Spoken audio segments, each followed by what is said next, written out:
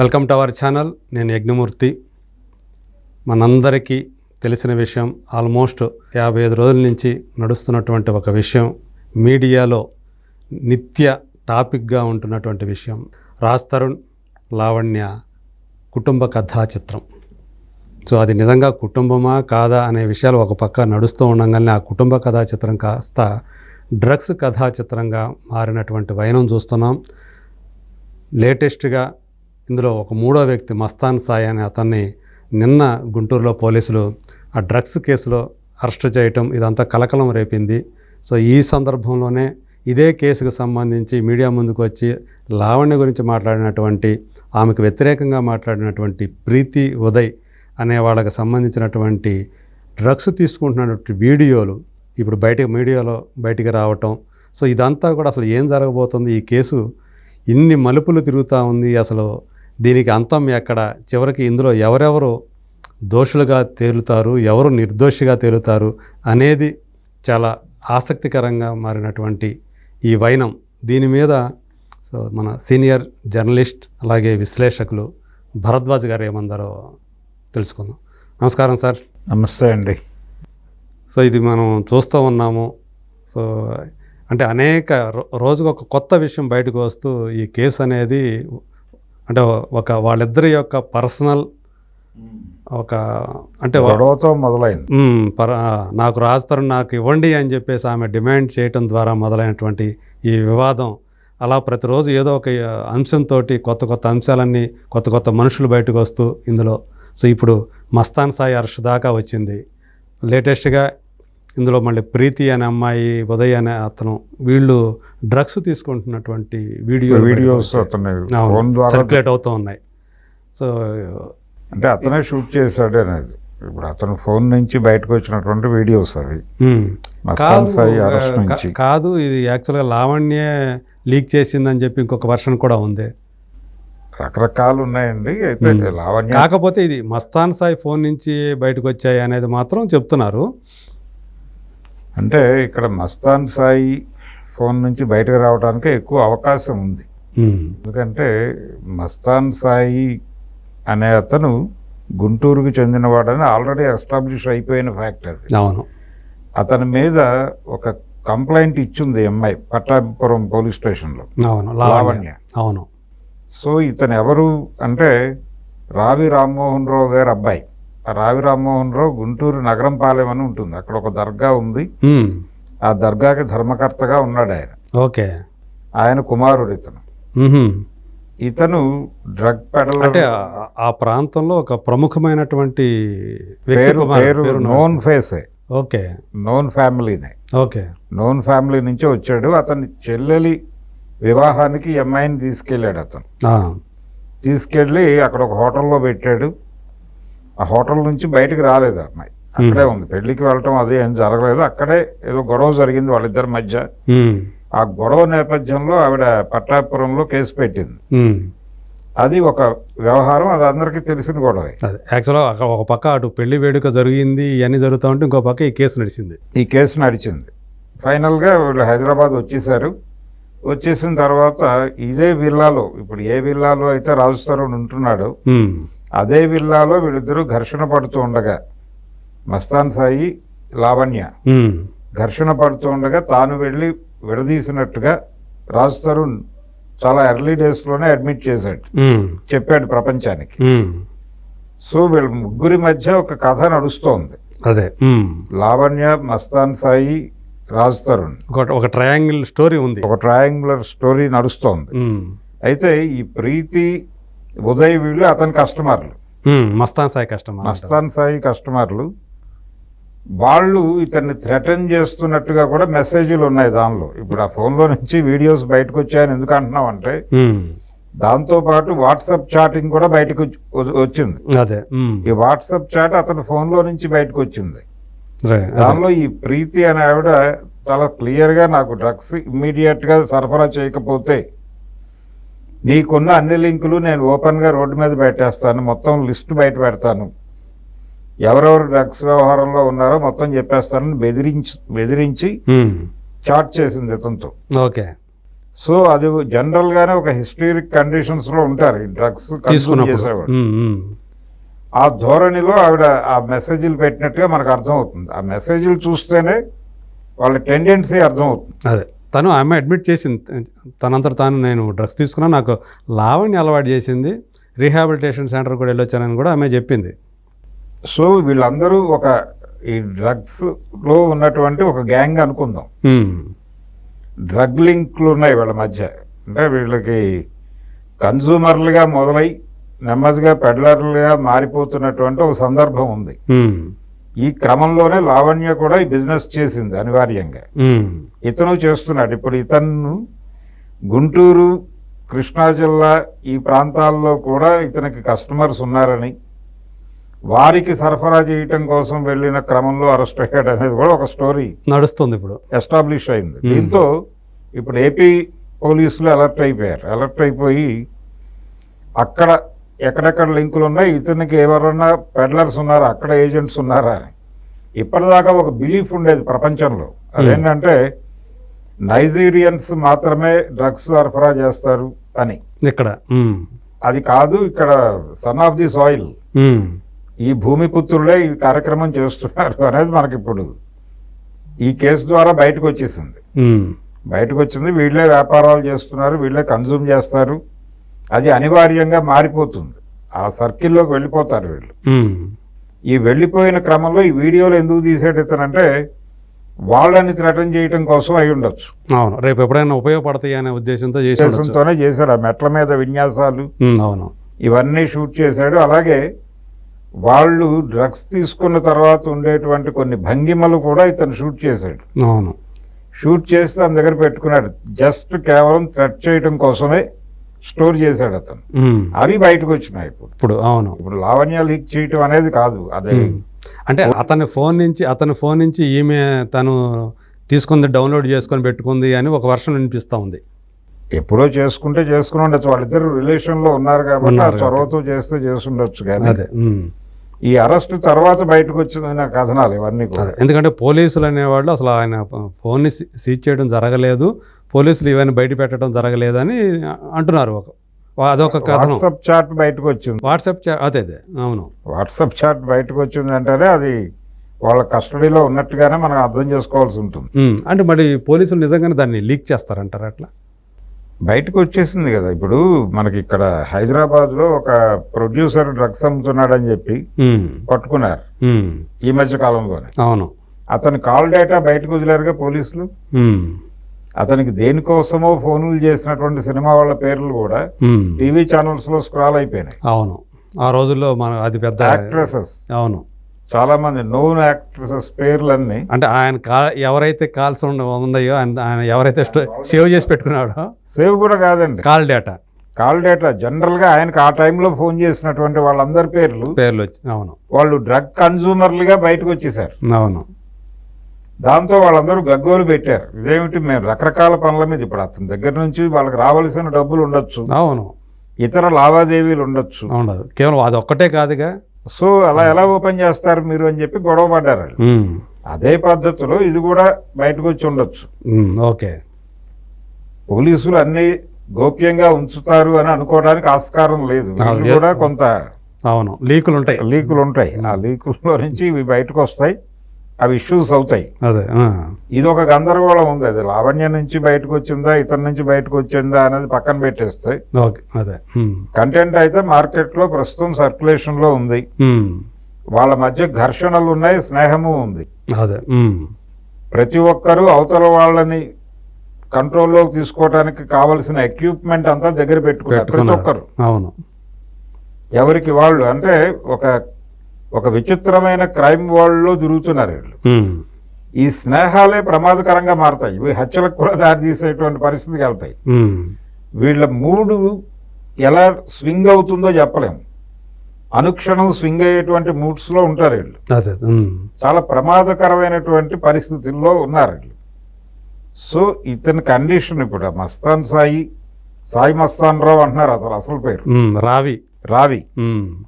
మీరు చెప్పారు ఇంటి పేరు, మీరు చెప్పింది ఇందాక చూస్తే కరెక్ట్గానే సెట్ అయింది అది.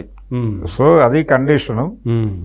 దీని ద్వారా మనకు అర్థమయ్యేటువంటి విషయం ఏంటంటే డ్రగ్ కన్జ్యూమింగ్ అనేది పెద్ద అంటే జనాలు ఈ కేసులు బయటపడ్డప్పుడు కంగారు పడుతున్నారు కానీ సొసైటీలో చాలా విపరీతంగా లోతుల్లోకి వెళ్ళిపోయినటువంటి సమస్య ఇది. అదే అంటే ఇది చూస్తుంటే నిజంగానే చాలా ప్రమాదకర స్థాయిలోకి ఈ డ్రగ్ ఇష్యూ అనేది, డ్రగ్స్ అనేవి జనాల యూత్లోకి వెళ్ళిపోయింది ప్రధానంగా అనేది మనకు బాగా అర్థమవుతున్నటువంటి విషయం అనుకుంటా. మీకు గుర్తుంటే విశాఖపట్నంలో జగన్మోహన్ రెడ్డి గారు అధికారంలో ఉన్న రోజుల్లో వైజాగ్ దగ్గర ఉన్నటువంటి ఒక ప్రైవేట్ పోర్ట్లో దాదాపు 4 కంటైనర్లు డ్రగ్స్ దొరికాయి అనేది ఒక వార్త వచ్చింది. తర్వాత అది ఏమైపోయిందో ఎవరికి తెలియదు.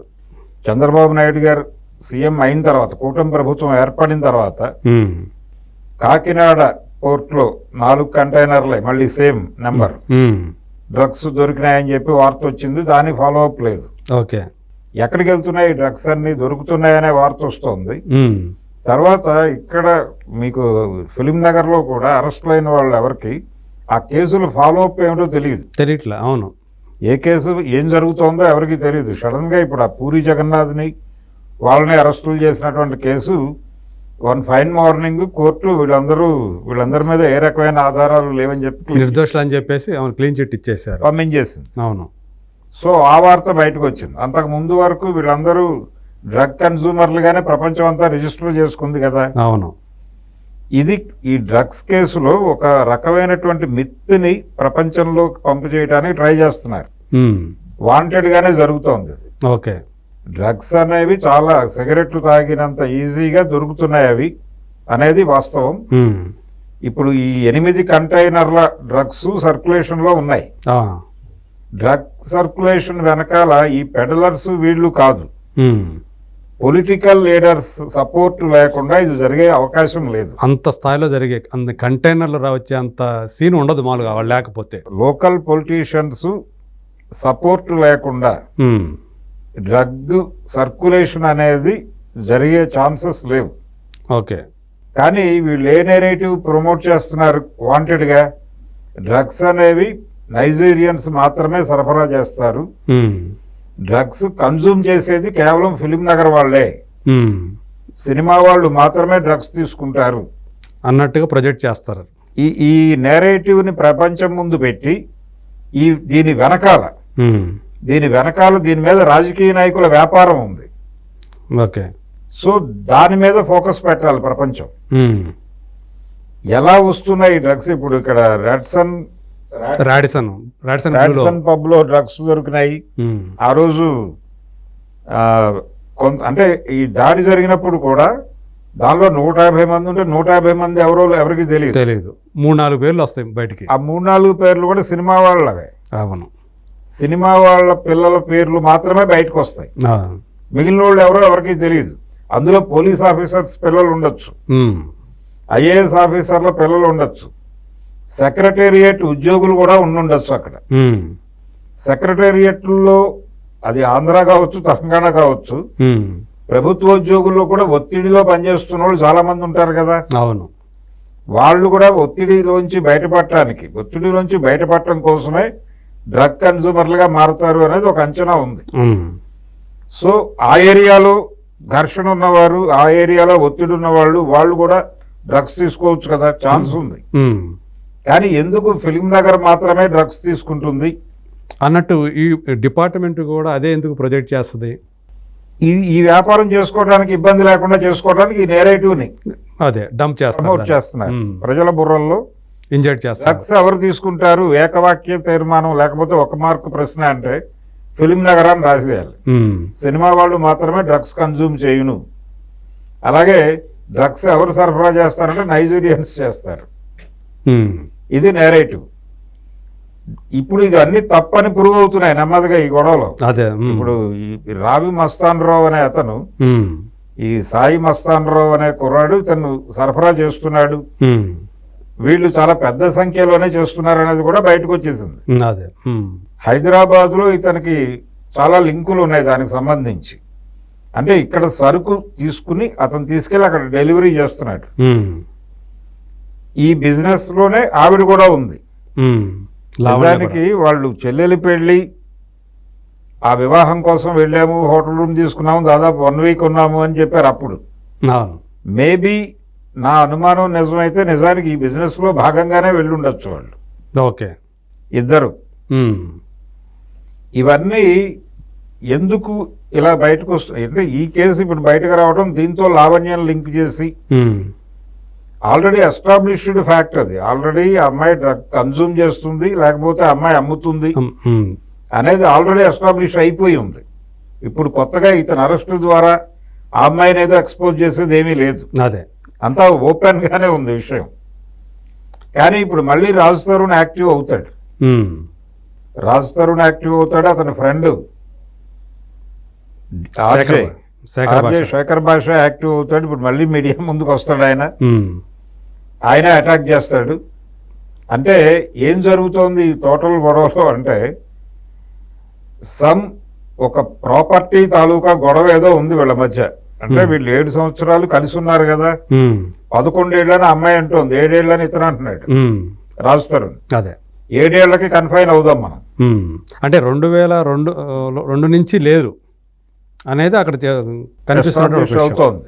So what ever it may be 7 yearsకి మనం కన్ఫైన్ అయితే 7 సంవత్సరాల రిలేషన్షిప్లో వాళ్ళిద్దరూ కలిసి అక్వైర్ చేసినటువంటి ప్రాపర్టీసో మరొకటో ఏదో ఆర్థిక లావాదేవీలు ఉన్నాయి వాళ్ళ మధ్య. తనకి రావాలి అనుకుంటోంది అమ్మాయి, చాలా ప్రాపర్టీ ఏదో రావాలి, డబ్బులు రావాలని అనుకుంటోంది. ఎందుకంటే తన భర్త కాబట్టి తనకు సంబంధించిందంతా ఆయనకు సంబంధించిందంతా నాకు కూడా చెందుతుంది అన్నట్లు. అతనికి సంబంధించింది తనకు చెందటం కాదండి, తన షేరే కామన్. అంటే ఇద్దరు కలిసి అక్వైర్ చేసినటువంటి ప్రాపర్టీలో ఓకే తనకి రావాల్సిన న్యాయమైన తన వాటా దాని గురించి డిమాండ్ పెట్టి ఉండొచ్చు. వీళ్ళు ఘర్షణ పడిన తర్వాత అది ఎందుకు బయటకు వచ్చింది, ఈ అమ్మాయి ప్రతిపాదనని ఆయన అంగీకరించున్నాడు రాజ్ తరుణ్. అంటే ఇంత కాదు నీకు రావాల్సింది ఇంతే అని చెప్పుంటాడు. దానికి అమ్మాయి అంగీకరించే పరిస్థితిలో లేదు, ఉండదు. ఓకే. దాంతో ఈ విషయాన్ని రోడ్డు మీద పెడితే ఇతను భయపడతాడు అని అనుకుంది అమ్మాయి. భయపడి తనకు సరెండర్ అవుతాడు, తద్వారా తన టార్గెట్ ఫుల్ఫిల్ అయిపోతుంది, వెళ్ళిపోవచ్చు అనుకుంటుంది. ఇతను నిలబడ్డాడు. ఇప్పుడు దాకా ఎలాగైతే గుంభనంగా ఉండిపోయాడో అలాగే, ఎందుకంటే తన పరువు ఇది గుంభనం కాదండి, గొడవ డిస్ప్యూట్ మొదలైన 1 వీక్లోనే బ్రేకప్ ఇది మార్కెట్లోకి వచ్చింది. గొడవ ప్రారంభమైన అరగంట కంటే వాళ్ళు హోల్డ్ చేసే అవకాశం లేదు. అంటే నేననేది ఏంటంటే ఆ అమ్మాయి పోలీస్ కేసు పెట్టేంత దాకా నేను అనేది అంతే. సో ఆ పెట్టకముందు ఇదంతా మీరు చెప్పిందంతా జరిగి ఉండొచ్చు. ఈ ఘర్షణ పడి ఉంటారు వాళ్ళు ఏదో ఒక విషయంలో. జనరల్గా వాళ్ళిద్దరి మధ్య ఏదో గొడవ వచ్చింది, ఏదో విషయం మీద కావచ్చు. దానికి అతను చెప్తున్న రీజన్ ఏంటంటే ఈ మస్తాన్ సాయితో రిలేషన్షిప్లో పైన ఉంది, అదే విల్లాలో పై పోర్షన్లో ఉంది. వాళ్ళిద్దరు గొడవ పడుతుంటే నేను వెళ్ళి విడదీశాను అని చెప్పాడు. చెప్పి అమ్మాయిని కిందకు తీసుకొచ్చాను, నా దగ్గరే ఉంచానని చెప్పాడు. సో ఇతనికి తెలిసే ఇదంతా నడుస్తోంది, దాన్ని అతనే అడ్మిట్ చేశాడు. అదే కాబట్టి ఈ ఘర్షణ జరిగిన టైంలో ఈ సెటిల్మెంట్కు సంబంధించి వాళ్ళ మధ్య అవగాహన కుదరకపోవడం వలన ఆ అమ్మాయి అతన్ని థ్రెటన్ చేయటం కోసం ఈ గొడవని రోడ్డు మీద పెట్టింది. అతను దీన్ని ఫైట్ అవుట్ అనుకున్నాడు, దీన్ని పోరాడి ఏదో ఒకటి చేద్దాం అనుకుని అతను ఒక మార్గాన్ని ఆశ్రయించాడు. అదేంటంటే ఈ అమ్మాయికి సంబంధించిన చరిత్ర అంతా మార్కెట్లో పెట్టడం ద్వారా ఇప్పుడు ఆ అమ్మాయి జనరల్గా ఒక అబ్బాయి మీద ఒక అమ్మాయి ఎలిగేషన్ చేస్తే సమాజం ఆ అమ్మాయి వైపు నిలబడుతుంది. కాబట్టి ఆ అమ్మాయిని ఒంటరిని చేయాలంటే నైతికంగా ఆ అమ్మాయిని టార్గెట్ చేయాలి అని అనుకున్నాడు ఇతను. అది వ్యూహం, బలహీనపరచాలి. నైతికంగా దెబ్బ కొట్టేస్తే సమాజం ఆ అమ్మాయి వెనకాల నిలబడదు. ఈ ప్రోగ్రాంలో భాగంగా అమ్మాయి ఎఫ్ఐఆర్లు ఉన్నాయి, ఆ అమ్మాయి డ్రగ్ కన్జ్యూమరు, ఇవన్నీ మాట్లాడుతూ వచ్చారు రిపీటెడ్గా. దానికి సంబంధించిన బోల్డ్ ఎవిడెన్స్లు పట్టుకొచ్చి చూపించారు మీడియా ముందు. ఈ పట్టాభిపురం కేసు ఎఫ్ఐఆర్తో సహా ఆ అమ్మాయి గతంలో డ్రగ్స్ కన్జ్యూమ్ చేస్తూ అరెస్ట్ అవ్వటం, అంటే కస్టడీలోకి వెళ్ళటం, తర్వాత రీహాబిలిటేషన్కి వెళ్ళటం, అక్కడ పరిచయాలు కదా ఇవన్నీ. ఇప్పుడు మనం చూస్తున్నటువంటి ప్రీతి అండుకో. సో ఇదంతా కూడా ప్రపంచం ముందుకి వచ్చేసింది. ఇప్పుడు ఆ అమ్మాయి ఎందుకు అతనే కావాలని గొడవ చేసి ఇంత జరుగుతుండగా నాకు రాజ్ తరుణ్ కావాలి, I want Raj Tarun right now అన్నట్టు డిమాండ్ చేసింది. ఆ డిమాండ్ వెనకాల ఉన్న విషయం అదే. ఆవిడకి రాజ్ తరుణ్ కాదు కావాల్సింది, అదే తను చెప్పినటువంటి తన డిమాండ్ ఏదైతే ఉంది వెనక ఉన్న తను చెప్పినటువంటి ప్రాపర్టీ తాలూకా డిమాండ్ ఆ డిమాండ్ సెటిల్ చేయి, నేను నిన్ను వదిలేస్తాను అనేది ఆవిడ గొడవ. ఇతనేమో ఆ అమ్మాయిని పలచన చేయటం ద్వారా దాన్ని తగ్గించాలని చూస్తున్నాడు. ఇప్పుడు అమ్మాయి 10 రూపాయలు అడిగింది అనుకోండి, ఆ అమ్మాయిని పలచన చేయటం ద్వారా 2 రూపాయలకు పట్టుకొచ్చి సెటిల్ చేసుకోవాలనేది ఇతను గొడవ. ఈ ఘర్షణ జరుగుతోంది వాళ్ళిద్దరి మధ్య. దీనిలోకి ఈ డ్రగ్స్ ఇవన్నీ అనివార్యంగా వచ్చి చేరిపోతున్నాయి, రోజుకో కొత్త సమాచారం. ఇది సెటిల్ కాకుండా ఉంది కాబట్టి దీంతో లింక్ అయ్యి ఇవన్నీ మాట్లాడుకుంటుంది ప్రపంచం. ఇప్పుడు సెటిల్ అవ్వాల్సింది అది. పోలీసులు కూడా ఏం చేయాలో అర్థం కాని పరిస్థితి. అదే అంటే డ్రగ్స్కి సంబంధించి వాటి మీద కేసు పెడతారు, మస్తాన్ రావు మీద కేసు పెడతారు, అతను లోపలికి వెళ్ళిపోతాడు, వచ్చేస్తాడు, ఇది అయిపోతుంది, క్లియర్ అయ్యి. అతనికి ఇది పెద్ద ఇష్యూ కూడా కాదు. ఆల్రెడీ అతని మీద నిఘా ఉండుండొచ్చు, ఇంతకుముందే హైదరాబాద్లో ఉండుండొచ్చు, ఇప్పుడు అక్కడ ఓపెన్ అయ్యాడు. అదే ఓపెన్ అయ్యాడు, అరెస్ట్ అవుతాడు, లోపలికి వెళ్తాడు, గుంటూరు సబ్ జైలుకి వెళ్తాడు, బయటకు వచ్చేస్తాడు. తలంటి పోసుకున్నట్టుగానే ఫీల్ అవుతారు వీళ్ళు జైలుకి వెళ్ళి రావటం అనేది. సో అది అయిపోతుంది, ఆ ఎపిసోడ్ అయిపోతుంది, అతను హ్యాపీ. వీళ్ళది సెటిల్ కానంత వరకు ఇలాంటి 100 కేసులు రావచ్చు. అవును, ఇప్పుడు ఆ అమ్మాయి టోన్ తగ్గింది గతంతో పోలిస్తే. లావణ్య ఇదివరకట అంత బలంగా ఇతను నాకు కావాలి అనే డిమాండ్ నుంచి కొంచెం డైల్యూట్ అవుతోంది. డైల్యూట్ అయ్యి ఏదో మేరకు సెటిల్ చేసుకుని ఈ రొంపి నుంచి బయటకు వెళ్ళాలి అనే మూడ్లో ఉంది ఆవిడ. లేటెస్ట్గా మాట్లాడిన దాన్ని చూస్తే రాజ్ తరుణ్ అయితే ఎప్పుడు డ్రగ్స్ తోటి సంబంధం లేదు, రాజ్ తరుణ్ ఆ విషయంలో మంచోడు అన్నట్టుగా చెప్తుంది ఇప్పుడు. అవును, ఇప్పుడు కూడా అదే అంటే కొంచెం అమెక్బుల్గా సెటిల్ చేసేసుకుని బయటకు వెళ్ళిపోదాం అనే మూడ్లో ఉంది అమ్మాయి. కాబట్టి ఇది డెఫినెట్గా మ్యాక్సిమం ఒక 1 వీక్ ఆర్ 10 డేస్లో ఒక కొలిక్కి రావచ్చు. ఇప్పుడు పోలీసులు కూడా ప్రెజర్ పెడతారు అలాగే. అదే పెట్టిన సందర్భంగా ఒక అవగాహనకు వచ్చి ఆ ప్రాపర్టీ తాలూకా గొడవ ఏదో సెటిల్ చేసేసుకుని వాళ్ళ మధ్య గొడవ రిజాల్వ్ అయిపోతుంది. అది అయిపోయిన తర్వాత పర్సనల్గా ఈ డ్రగ్స్ కేసులు ఇవన్నీ వేరే గొడవ. ఈ పంచాయతీ వేరు, ఈ పంచాయతీ వేరు, ఇదేమో పర్సనల్ అఫైర్ అనే చెప్తోంది అమ్మాయి. అవును, దీని గురించి ఎందుకు హైలైట్ చేస్తున్నారని కూడా మాట్లాడుతోంది. మా పర్సనల్ స్పేస్లోకి వస్తున్నారు అనేది ఈ మధ్య తరచూ వినిపిస్తున్న మాట. అది లావణ్య ఎపిసోడ్లోనూ వినిపించింది, అలాగే విజయసాయి కేసులోనూ విన్నాం, మనం దువ్వాడ కేసులోనూ వింటున్నాం, ఇంకో 3-4 కేసులు ఇలాంటివి వస్తాయంటున్నారు, వాటిలో కూడా వింటాం. అంటే రకరకాల కామన్ ఫ్యాక్టర్లు కనిపిస్తున్నాయి ఈ కేసులన్నింటిలోనూ. వీటన్నిటిలోనూ సుప్రీంకోర్టు జడ్జిమెంట్ను కోర్టు చేయటం అనేది కూడా కామన్గా నడిచిపోతుంది. అంటే విక్టిమ్స్ ఎవరైతే విక్టిమైజ్ అవుతున్నారో వాళ్ళు మీడియా ముందుకు వచ్చిన సందర్భంలో సుప్రీంకోర్టు అడల్టరీ మీద ఇచ్చినటువంటి ఓ జడ్జిమెంట్ని ప్రస్తావిస్తున్నారు వాంటెడ్గా. ఇలా రకరకాల ఫ్యాక్టర్స్ నడుస్తున్నాయి ఈ కేసుల మీద. ఓకే, అయితే ఈ కేసులు వీటి మీద ఎక్కువ ఇది చూపించడం వల్ల, దృష్టి పెట్టడం వలన చర్చించాల్సినటువంటి విషయాలు పక్కదారి పెట్టిపోయి ఈ విషయాల మీద ఎక్కువ కాన్సన్ట్రేషన్ పెరిగిపోతుంది మీడియాలో.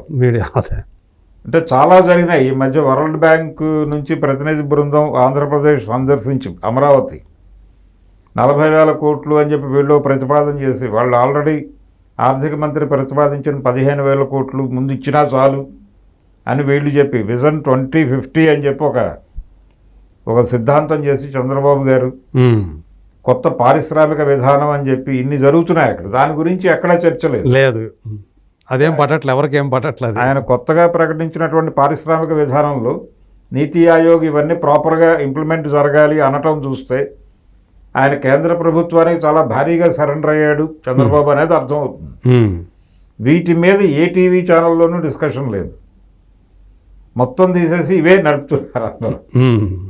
లావణ్య, రాజ్ తరుణ్, లేకపోతే దువ్వాడ, లేకపోతే మరొకటి. ఇప్పుడు ద్వారంపూడి ఫ్రెష్గా అదే రాబోతుంది, అది ఎజెండాలోకి రాబోతున్న అంశం. ఇవన్నీ మాట్లాడేసుకుంటున్నారు, ఇవే జరుగుతున్నాయి మీడియాలో అని చెప్పి అందరూ మాట్లాడేస్తున్నారు. చివరికి మిసెస్ వేణుస్వామి కూడా అదే మాట అన్నారు ఆవిడ. అవును. మీడియా మాట్లాడాల్సింది మానేసి మిగిలిన విషయాలు మాట్లాడుతుందని. అందుకని ఇప్పటికైనా సరే ఈ గొడవ పోలీసులకు అప్పచెప్పి 2 తెలుగు రాష్ట్రాల్లో రకరకాల పొలిటికల్ డెవలప్మెంట్స్ జరుగుతున్నాయి, వీటి మీద కొంచెం డిస్కషన్ చేసుకుంటే మంచిది. జనాల గొడవలు పట్టించుకుని ఈ అక్రమ సంబంధాలు, డ్రగ్స్, ఈ గొడవ ప్రధానంగా దీని వెనకాల ప్రతి ఎపిసోడ్ వెనకాల దువ్వాడ కేసులోనూ అక్రమాస్తుల గొడవే. అది ఆ ఇల్లు ఖాళీ చేయటం ఆ గొడవ కాదు, అది బయటకు మాట్లాడుతున్నారు. అది 600 కోట్ల ఎపిసోడ్. అది ఓకే. 600 కోట్లలో బినామీ పేర్లతో రకరకాల వ్యక్తుల దగ్గర ఉన్నాయి. వాటి చిట్టా బయట పెట్టి మాకు సెటిల్ చేయండి అనేది వాణి గారి డిమాండ్. అదే.